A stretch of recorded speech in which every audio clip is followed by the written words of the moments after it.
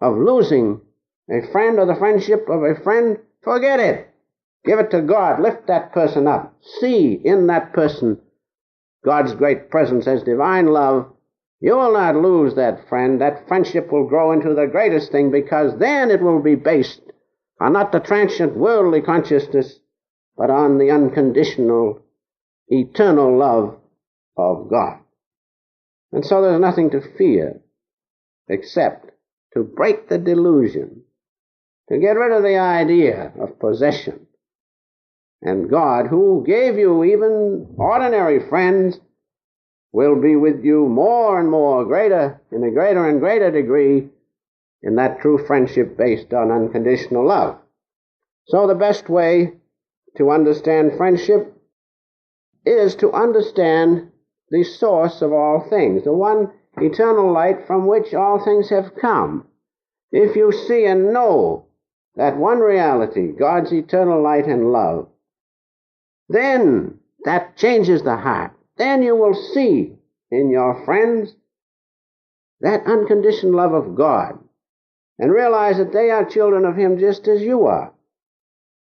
And then your love will not be narrow and circumscribed, filled with possession. It'll be broad, filled with the omniscience of God, His great consciousness, His great love.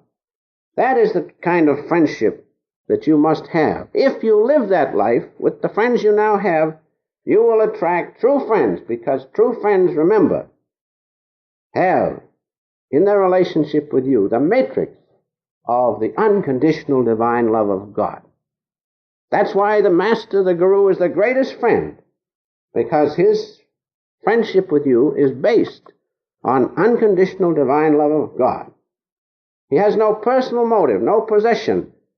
His aim is to do for you the best he can, to lift you the highest.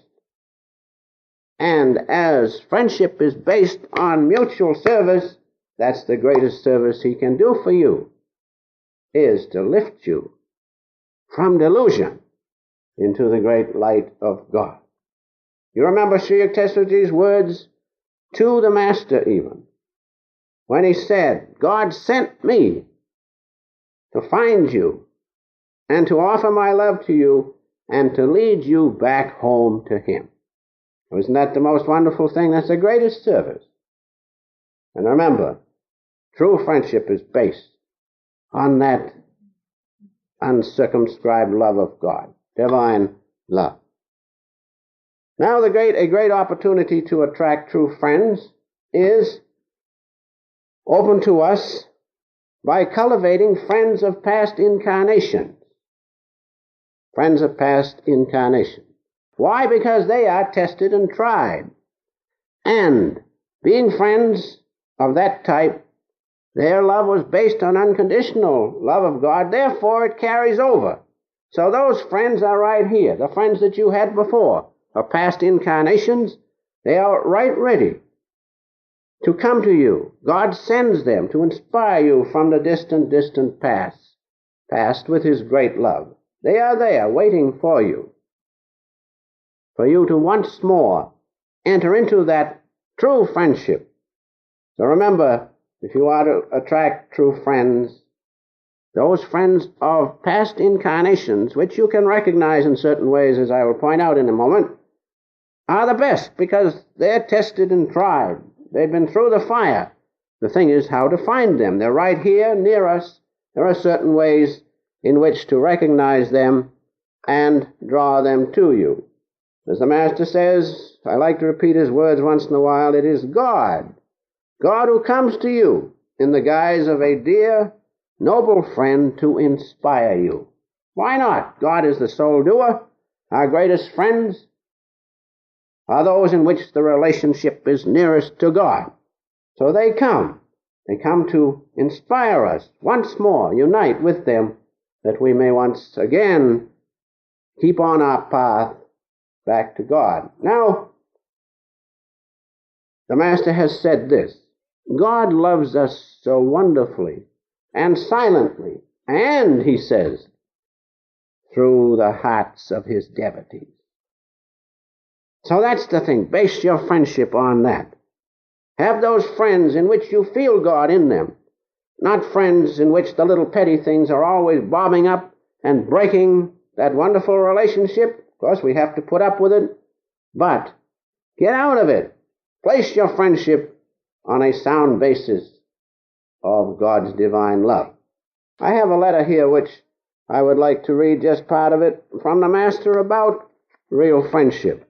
When he says this, there evidently was a little trouble between us, a little, these things come up between friends. What of it? We have to rise above it. So he says, now please henceforth make this solemn vow, and I think we all can do this, not to be disturbed by these trifling things. Raise your souls above them. Pity people who constantly delve in such things. Make a vow that our love will never be questioned by our heart. You may disagree with your friends, but when it's founded on divine love, the heart doesn't change. No matter what the friend does, you don't care. No matter what people say to you, if you're a friend of a friend, that doesn't change your friendship, does it? If the friend falls down in the gutter, does that change the fact that he is your friend? No. So the Master says, make a vow that our love will never be questioned by our hearts, nor be disturbed by anything or anybody else. That is too sacred to be disturbed in this way. Friendship is of God. True friendship is of God.